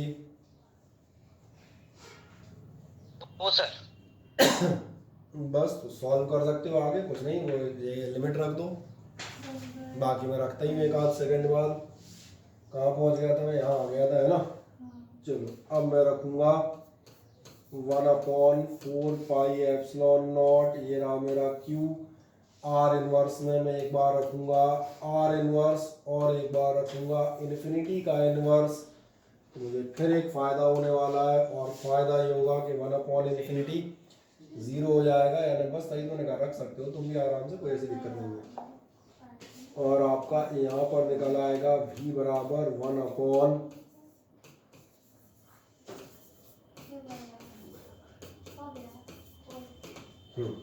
लगभग 99% डेरिवेशन कंप्लीट हमारा हो गया।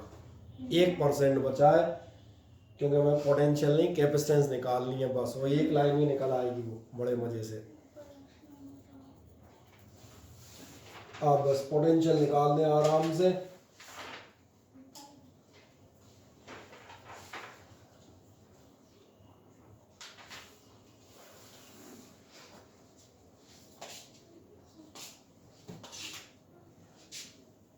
चलो हो गया कैलकुलेट सभी का।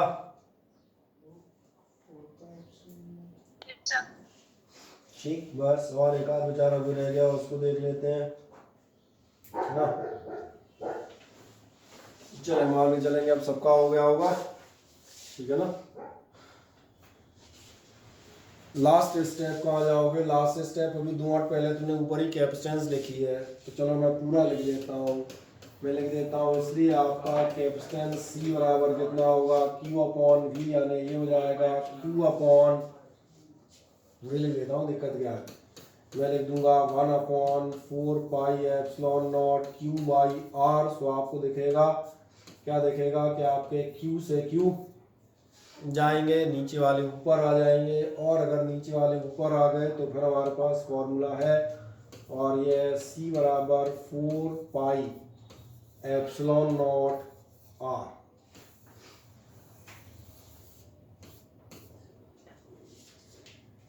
नहीं आया समझ में। और इससे एक निष्कर्ष और मिल जाता है कि आपकी C प्रोपोर्शनेट होती है, जितना बड़ा गोला उठाओगे उतनी ही ज़्यादा उसकी कैपेसिटेंस आएगी। Simple, C proportionate capital R, बड़ी रेडियस बड़ी कैपेसिटेंस।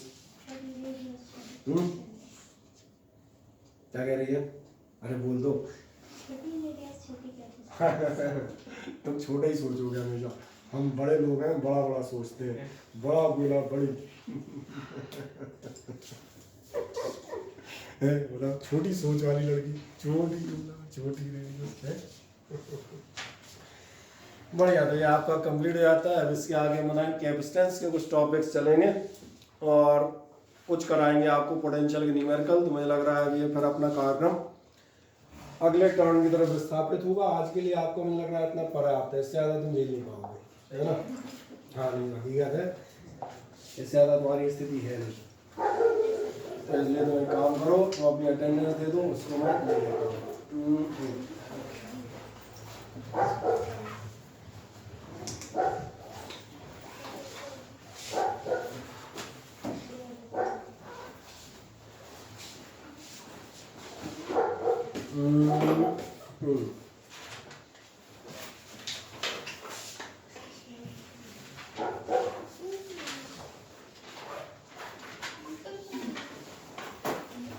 चलो इसमें देखते आता हूँ। सबसे पहले तो आस्था मौजूद है, बढ़िया।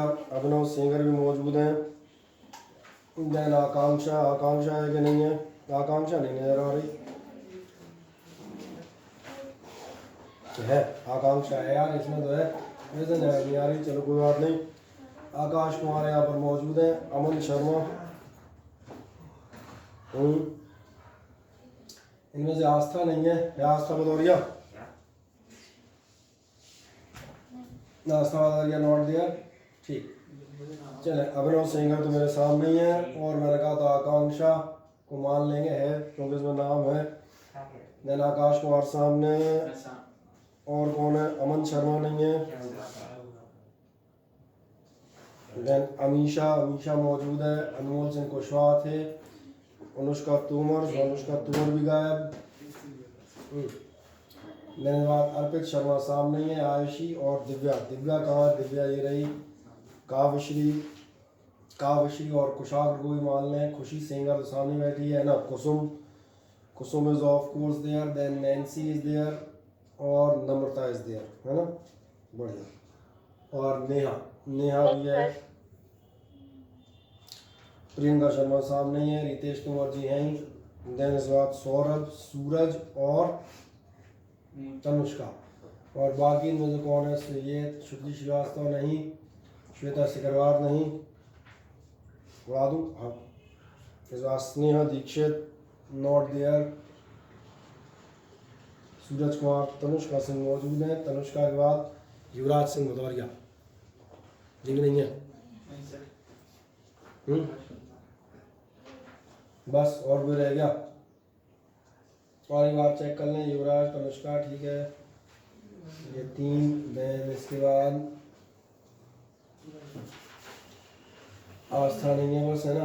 बाकी सारे हैं तो ठीक है, तो मार्क कर दो अटेंडेंस। फिर क्या दिक्कत है? और कोई आपत्ति दर्ज करा नहीं रहा।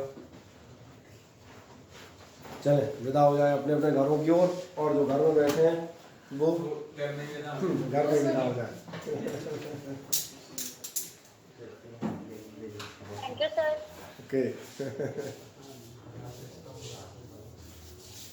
चल, सर टेस्ट चेक हो गए? टेस्ट बेटा अब आज चेक होंगे, क्योंकि अभी 11 10th के सारे कर दिए। और आपका नंबर आज है, आपकी आधी कॉपियाँ चेक हैं आज होके, और रात में आपके नंबर डाल दूंगा, ठीक है। Okay sir. चल, अब मैं भी इस फ़ोन को चार्ज कर दूं थोड़ा सा।